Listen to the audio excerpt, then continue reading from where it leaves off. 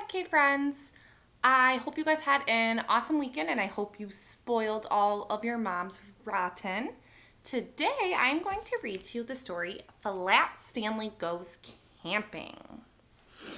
So I want you to be focusing on sequencing while I'm reading this. So when we're done, I want you to think about what might have happened in the beginning of the story, a few things that happened in the middle of the story, and then how our story ended too. And then I also want you to just kind of think about Flat Stanley because this might be something that pops up a little bit later in the next few weeks too that you might see coming in the mail. So today, Flat Stanley Goes Camping.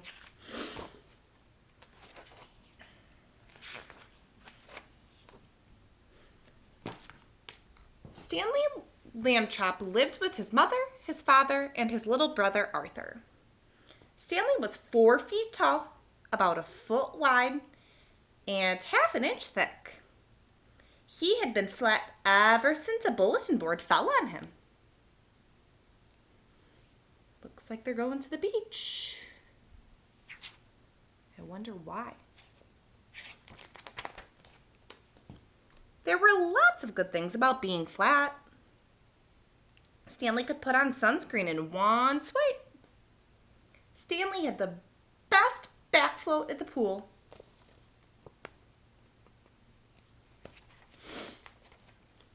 Stanley had the loudest belly flop, too. But sometimes it was hard being the only flat kid in town. Wonder if he feels left out. I'm sick of being flat, said Stanley one morning. Flat is lame. Lame? Said Mrs. Lamb Chop. Why, some of the best things in the world are flat. Like the newspaper, said Mr. Lamb Chop.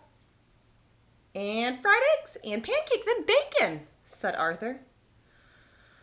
I guess so, said Stanley. After breakfast, Mr. Lamb Chop started loading up the car with tents and sleeping bags. What's going on? Asked Arthur. We're going camping, said Mrs. Lamb Chop. This family needs some fresh air. All right, yelled Arthur. Stanley barely smiled.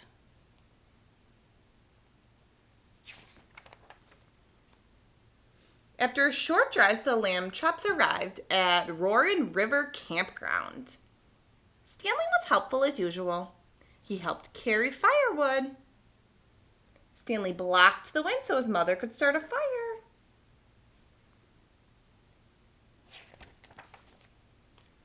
But Stanley just wasn't himself. He wouldn't even eat any s'mores. Too flat, he muttered. Why don't you two go exploring? Suggested Mr. Lamb Chop. Good idea, said Mrs. Lamb Chop. Just don't get lost or fall off a cliff or touch any poison ivy. Have fun, dears.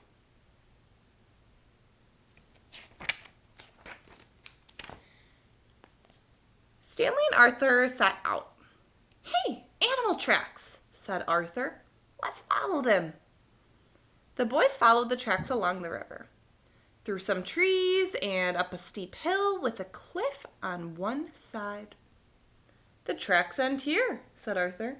He peered over the cliff. Wonder what kind of animal made that?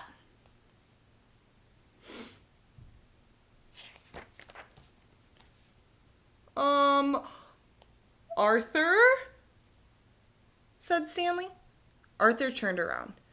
Skunk, he whispered. Let's get out of here. But the boys were trapped. The skunk was on one side, the cliff was on the other. The skunk raised its tail. What do we do? Arthur wailed. Mom said not to fall off a cliff, said Stanley. She didn't say not to jump off. I would not want to be sprayed by a skunk. Suddenly, Stanley grabbed Arthur by both hands and jumped. Ah! Arthur screamed. Then Arthur opened his eyes.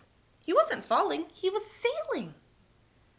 Above him, Stanley's body made the perfect parachute. The The boys landed with a gentle plop.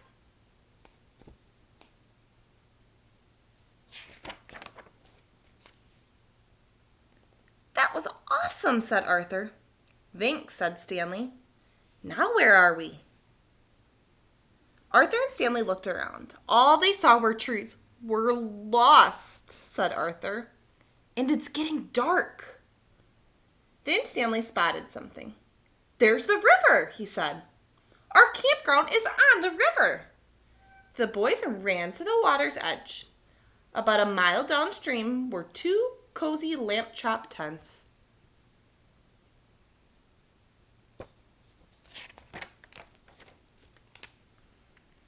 What can we do? It will be dark before we can walk that far, said Arthur. I know, said Stanley. Stanley got a running start and belly flopped into the river. Splash! Then he flipped over onto his back. Climb on! Woohoo! Cried Arthur. I always wanted to go rafting.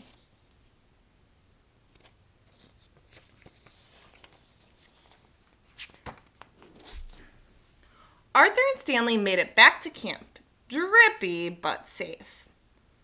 Let's keep this to ourselves, said Stanley. I can't believe we got lost and went off a cliff, Arthur said. At least we didn't touch poison ivy. There you are, said Mrs. Lambchop, just in time for supper.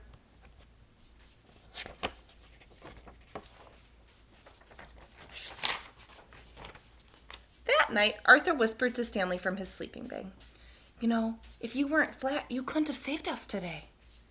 Stanley smiled. Maybe being flat isn't so lame, he said. And the next day, Stanley found out another good thing about being flat. He could put on poison ivy cream in one swipe. So maybe they did touch some poison ivy. So remember, your goal right now is to find somebody in your house and talk about what happened in the beginning of the story, in the middle of the story, and the end of the story. So we are practicing sequencing today. I hope you guys have an awesome day. I miss all of you, and I can't wait to see everybody soon.